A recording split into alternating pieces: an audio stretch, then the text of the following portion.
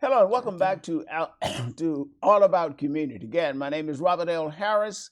I am your host, and my guest is Judge Brenda Harbin Forte of the Alameda County Superior Court, retired.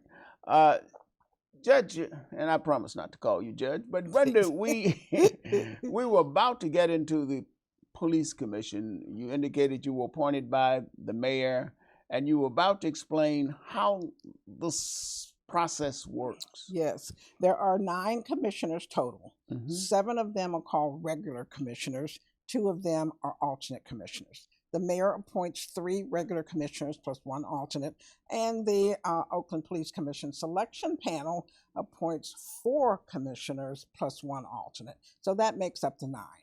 And our job under the charter, city charter, is to And that oversee. charter was passed when? In 2016, the voters, I'm sorry, in 2018, in 2016, the Mhm. voters passed Measure LL Right. that set up the police commission. Right.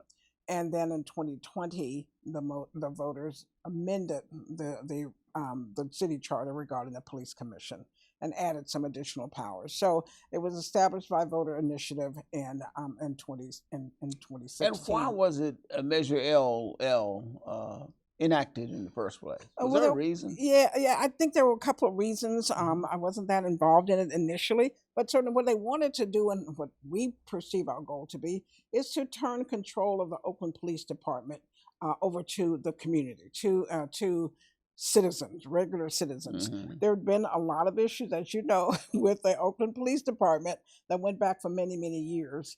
And in fact, the main lawsuit was the writers' lawsuit where John Burris Right. and Jim Channon sued the city of Oakland and its police department for violations of civil rights. That suit was in 2000. Right. And we've had John on this program on Right, several different occasions. yes, and in 2003 there was a negotiated settlement Right. agreement that was reached there that placed the Oakland Police Department under federal monitoring. And it is still under federal. And 20 years later, it is still under And federal it looks monitoring. as though it may be for a while more. Well, I will tell you that if the majority of the current police commissioners have anything to say about it, it will not be.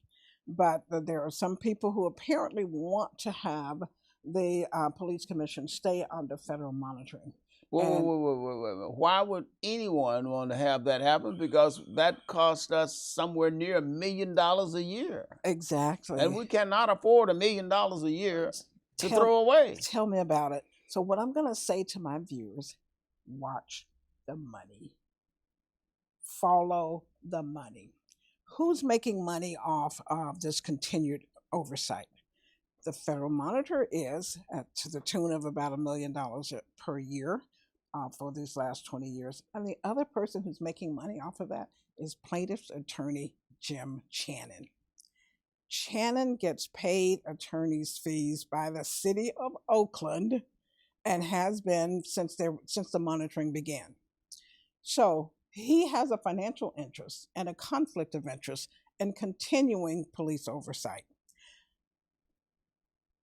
We were almost at the end of police oversight when Mayor LaRon Armstrong got fired. When he was fired, in my view, for no reason. Absolutely. And the mayor even said, I'm firing him without cause. Exactly. So, although they then began to make a why case did she for fire cause. him? Yeah, and you know who instigated that firing? No, I do not. Jim Channon.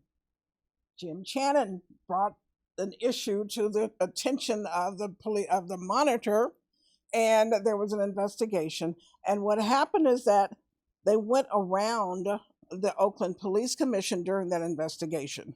The federal judge referred out to a private law firm an investigation into some IAD investigations. Mm-hmm. We had no idea. We were not noticed that we were not given formal notice that the investigations had been referred out. We read about it in October of last year when the federal monitor filed a report, and we then began in October to try to get information about what was out there. Nobody had any idea that the chief was the subject of an investigation. Nobody. We found out in January. Well, somebody had an idea. Those who were doing the investigation. Well, yeah, but I'm saying that the police department did not. Didn't know. Not the police department. The police commission commission didn't know. did Right. not know, and we have a right to know about that. You would hope so. There should have been notice to. We have under the police commission, under the old chart, there's a police commission. Then there is the Office of the Inspector General, and then there is the Community Police Review Agency. That is our investigative arm, and they can investigate complaints against police officers, and one of them being untruthfulness and other areas. So they have an automatic statutory right to investigate. To the extent that the chief ultimately was charged with being untruthful, we had a right to have been involved in that. In fact, the contract that was signed by the city of Oakland with the outside law firm Coe and Dyer,